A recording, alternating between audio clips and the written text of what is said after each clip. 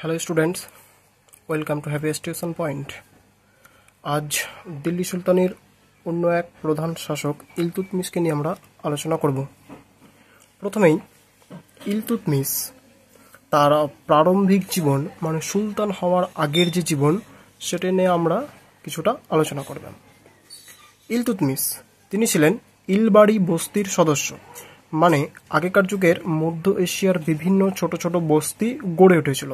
তাদের মধ্যে একটা অন্যতম শক্তিশালী ছিল ইলবাড়ি বস্তি, তার সদস্য ছিলেন সুলতান ইলতুৎমিশ। ছোটবেলার জীবন সম্পর্কে খুব বেশি তথ্য ইতিহাসে নেই, তবে যতটুকু জানা যায় তিনি ছিলেন ভাইদের হিংসার শিকার। তার ভাইয়েরা তাকে দাসরূপে বিক্রয় করেছিলেন এবং কুতুবউদ্দিন আইবক, যিনি দিল্লি সুলতানের প্রতিষ্ঠাতা, তিনি তাকে ক্রয় করেছিলেন এবং এখান থেকেই সুলতান ইলতুৎমিশের ভাগ্যের পরিবর্তন হয়। মানে তিনিও দাস থেকে সুলতানের একটা অন্যতম গুরুত্বপূর্ণ পর্যায় অতিক্রম করেছিলেন।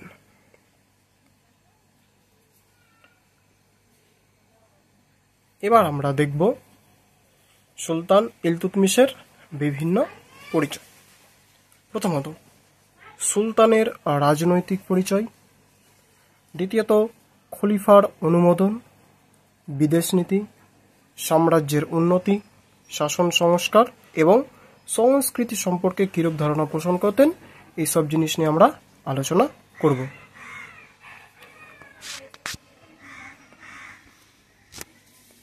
প্রথমত সুলতানের রাজনৈতিক পরিচয়। আমরা ইলতুৎমিশকে জানার আগে জানব কুতুবউদ্দিন আইবক 1210 খ্রিস্টাব্দে দিল্লির প্রথম সুলতান যখন মারা যান, তারপরে ভারতের অবস্থা অর্থাৎ দিল্লি সুলতানের অবস্থা কেমন ছিল।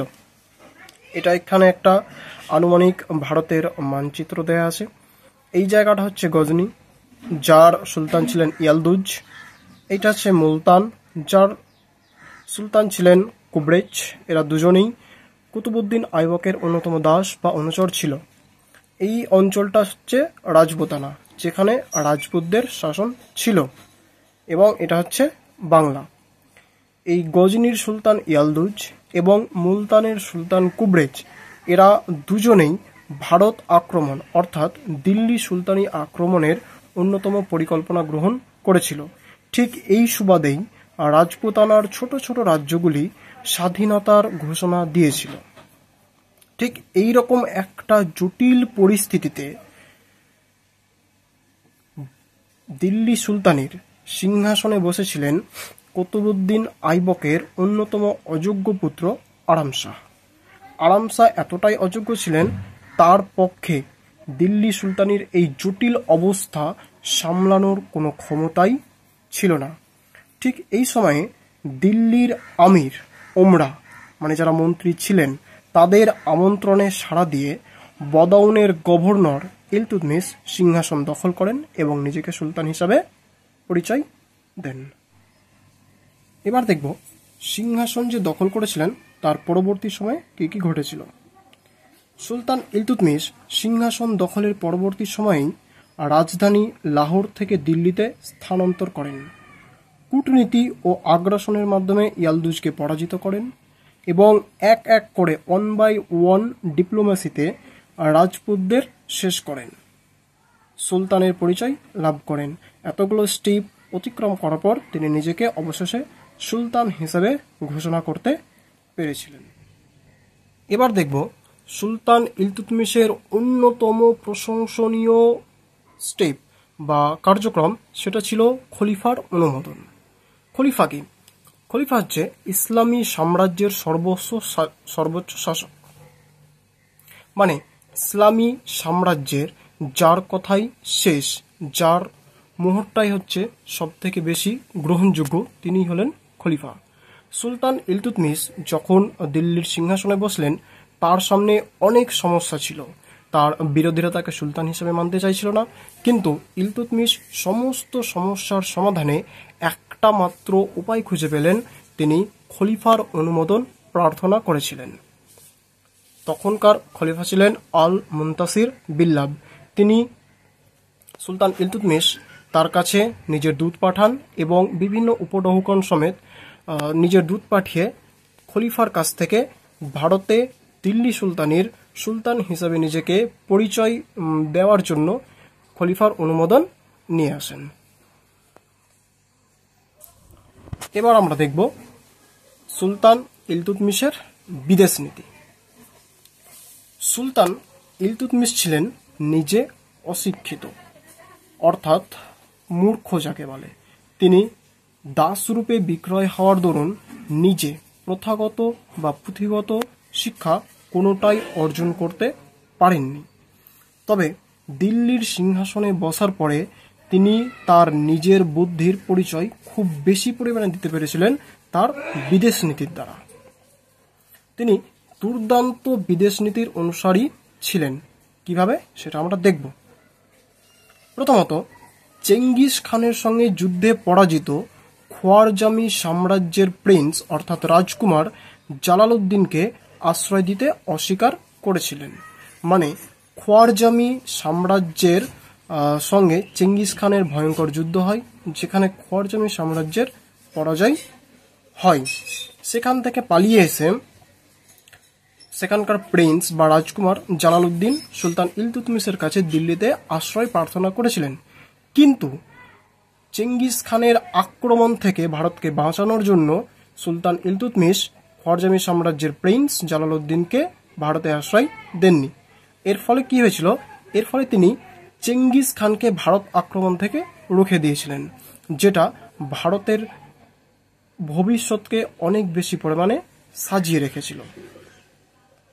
তিনি যদি তখন জালালউদ্দিনকে ভারতে আশ্রয় দিতেন, তবে চেঙ্গিস খান নির্দ্বিধায় ভারত আক্রমণ করত এবং ভারতের সমস্ত সম্পত্তি লুট করে মঙ্গোলিয়ায় নিয়ে যেত। এরপরে সুলতান ইলতুৎমিশ খোয়ারজামি সাম্রাজ্যের প্রিন্স জালালউদ্দিনকে অন্যভাবে কাজে লাগিয়েছিলেন। সুলতান ইলতুৎমিশের অন্যতম প্রতিযোগী মুলতানের সুলতান কুবরেজকে যুদ্ধে পরাজিত করার জন্য জালালউদ্দিনকে ব্যবহার করেন এবং তার অন্যতম প্রতিদ্বন্দ্বী কুবরেজকে তিনি শেষ করেন।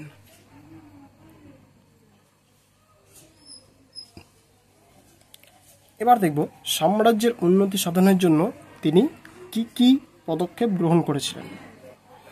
এটা বহুল প্রচলিত কথা যে একজন ভালো শাসক তার বৈশিষ্ট্য হলো তিনি অর্থনৈতিক সংস্কার করবেন। সে যেই সাম্রাজ্যেরই হোক না কেন, একজন ভালো শাসকের প্রধান এবং মৌলিক বৈশিষ্ট্য থাকবে তিনি যখনই ক্ষমতায় আসবেন তখনই তিনি অর্থনৈতিক সংস্কার করবেন। সুলতান ইলতুৎমিশও তার ব্যতিক্রম ছিলেন না। তিনি তার সাম্রাজ্যের উন্নতির জন্য বিভিন্ন অর্থনৈতিক সংস্কারের পদক্ষেপ গ্রহণ করেছিলেন। প্রথম ব্যবস্থা তিনি যেটা গ্রহণ করেন সেটা হলো মুদ্রা ব্যবস্থার সংস্করণ, কর ব্যবস্থা, কৃষির উন্নতি, আইন শৃঙ্খলা, যোগাযোগ ব্যবস্থা এবং জনগণের উন্নয়ন। এখানে আমরা প্রধানত তিনটে ব্যবস্থা নিয়ে আলোচনা করব। প্রথমত মুদ্রা ব্যবস্থা। দেশের অর্থনীতিকে সুস্থ রাখার জন্য এবং দেশের জনগণের ক্রয় ক্ষমতা বৃদ্ধির জন্য তিনি মুদ্রা ব্যবস্থাকে অন্যরকমভাবে ঢেলে সাজিয়েছিলেন। টাঙ্কা নামের এক প্রকার মুদ্রার প্রচলন শুরু করেছিলেন, যেটা ছিল রূপার মুদ্রা, এবং জিতল নামে অন্য এক মুদ্রার প্রচলন শুরু করেন, যেটা ছিল কপারের মুদ্রা। মানুষ নিজস্ব ক্রয় ক্ষমতাকে বিচারের মাধ্যমে টাঙ্কা এবং জিতলের ব্যবহার করত। এবার কর ব্যবস্থা। কর ব্যবস্থা ছিল সাম্রাজ্যের অর্থনৈতিক উন্নতির জন্য অন্যতম এক গুরুত্বপূর্ণ ব্যবস্থা। তিনি বিভিন্ন রকম কর ব্যবস্থার প্রচলন করেছিলেন। প্রথমত খাম। খাম হচ্ছে যুদ্ধে বিজিত সম্পদ। মানে সুলতান ইলতুৎমিশের সৈন্যরা অন্য কোনো সাম্রাজ্যের সৈন্যর সঙ্গে যখন যুদ্ধ করত এবং যুদ্ধে বিভিন্ন সম্পদ বিজয় করত, সেই সম্পদগুলো ছিল খাম। খামের 1/5 সম্পদ সুলতান নিজে রাখতেন এবং বাকি 4/5 সৈন্যদের মধ্যে বিতরণ করে দিতেন। তারপরে গনিমা। এই গনিমাও ছিল যুদ্ধে বিজিত সম্পদ, তবে এর 20% সুলতান নিজের কাছে রাখতেন। খরাজ খরাজ প্রধানত যারা কৃষক ছিলেন তারা সুলতানকে প্রদান করতেন। মানে সাম্রাজ্যের কৃষক তাদের উৎপন্ন ফসলের 1/10 খরাজ হিসেবে সুলতানকে কর দিত।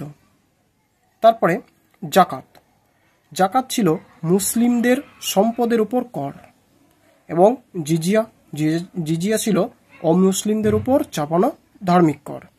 কৃষির উন্নতির জন্য জল সরবরাহের ব্যবস্থার উন্নতি করেছিলেন সুলতান ইলতুৎমিশ।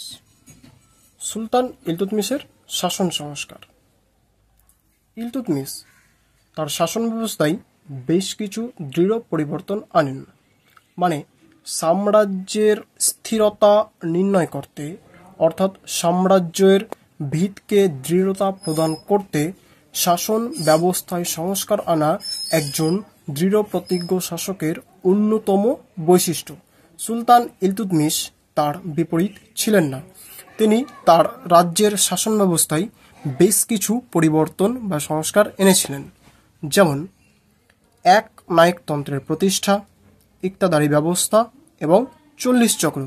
এই 3টে পদক্ষেপ ছিল সুলতান ইলতুৎমিশের সাম্রাজ্যকে ভিত্তি প্রদান করতে অন্যতম বৈশিষ্ট্য। প্রথমে আমরা দেখব এক নায়কতন্ত্রের প্রতিষ্ঠা। সুলতান হবেন সাম্রাজ্যের সর্বোচ্চ শাসক, অর্থাৎ সুলতান ইলতুৎমিশ তিনি তার বিজিত সাম্রাজ্যের প্রধান হিসেবে নিজেকে ঘোষণা করেছিলেন এবং তিনি ছিলেন সর্বোচ্চ শাসক।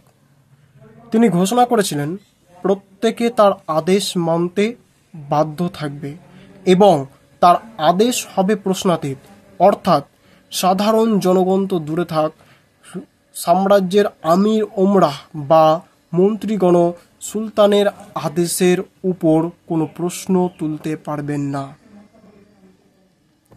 এবার দেখব ইকতাদারি ব্যবস্থা। সুলতান ইলতুৎমিশের সাম্রাজ্যের উন্নয়ন ঘটানোর জন্য গৃহীত অন্যতম দৃঢ় পদক্ষেপ ছিল ইকতাদারি ব্যবস্থা। এর মধ্যে সুলতান ইলতুৎমিশ শাসন কার্যের সুবিধার জন্য তার সাম্রাজ্যকে কতকগুলি ইকতাতে ভাগ করেন, অর্থাৎ বর্তমানের সঙ্গে আমরা যদি তুলনা করতে যাই, যেমন ভারতীয় যুক্তরাষ্ট্রকে শাসন কার্যের সুবিধার জন্য কতগুলি অঙ্গরাজ্যে ভাগ করা হয়েছে, ঠিক সম্রাট আকবর তার সাম্রাজ্যকে শাসন ব্যবস্থার সুষ্ঠুভাবে পরিচালনা করার জন্য 16টি সুবায় ভাগ করেছিলেন। ঠিক একইভাবে সুলতান ইলতুৎমিশ শাসন ব্যবস্থাকে ঠিক রাখার জন্য তার সাম্রাজ্যকে কতকগুলি ইকতাতে ভাগ করেন। প্রত্যেক ইকতার প্রধান হিসাবে একজন করে ইকতাদারকে তিনি নিয়োগ করতেন। ইকতাদার আইন শৃঙ্খলা নিয়ন্ত্রণ এবং কর সংগ্রহ করতে পারতেন, এবং ইকতাদারদের বদলি করার ব্যবস্থা ছিল, অর্থাৎ ইকতাদারি ব্যবস্থা এবং জমিদারি ব্যবস্থার মধ্যে এখানে পার্থক্য পুরো স্পষ্ট। ইকতাদাররা শুধুমাত্র কর সংগ্রহ করতে পারত বা সেখানকার আইন শৃঙ্খলা নিয়ন্ত্রণ করতে পারত, সেখানের জমিদারের ওপর বা সেখানকার জমির ওপর তাদের কোনো অধিকার ছিল না। এবার 40 চক্র, সুলতান ইলতুৎমিশের অন্যতম প্রধান পদক্ষেপ 40 চক্র। এটা ছিল সুলতানের কাছের 40 জন আমির ওমরাহ নিয়ে গঠিত। তারা বিদ্রোহ দমনে সুলতানকে সাহায্য করত, সুলতানের উপদেষ্টা হিসাবে কাজ করত এবং এদের নিয়েই পরবর্তী মন্ত্রিসভা গঠিত হতো। এবার সুলতান ইলতুৎমিশ সংস্কৃতির প্রতি কতটা আবেগ ছিলেন সেটা আমরা দেখব। সুলতান কুতুবউদ্দিন আইবক কুতুব মিনারের কার্য শুরু করলেও শেষ করে যেতে পারেননি। বাকি শেষটুকু তিনি সুলতান ইলতুৎমিশ গঠন কার্য সম্পন্ন করেন এবং এটাকে তুর্কিদের, অর্থাৎ কুতুব মিনারকে তুর্কিদের বিজয়ের স্তম্ভ হিসাবে তিনি পরিচিতি দিয়েছিলেন। বদাউন এ জামা মসজিদ নির্মাণ করেন এবং তাজউদ্দিন এবং মিনহাজ উস সিরাজ, অর্থাৎ তৎকালীন যুগের খুব নামকরা এবং বিখ্যাত ঐতিহাসিক, তিনি তার পৃষ্ঠপোষকতা করেন। আজ সুলতান ইলতুৎমিশ নিয়ে আলোচনা করা হলো। আশা করি তোমরা প্রত্যেকেই বুঝতে পেরেছ। আজকের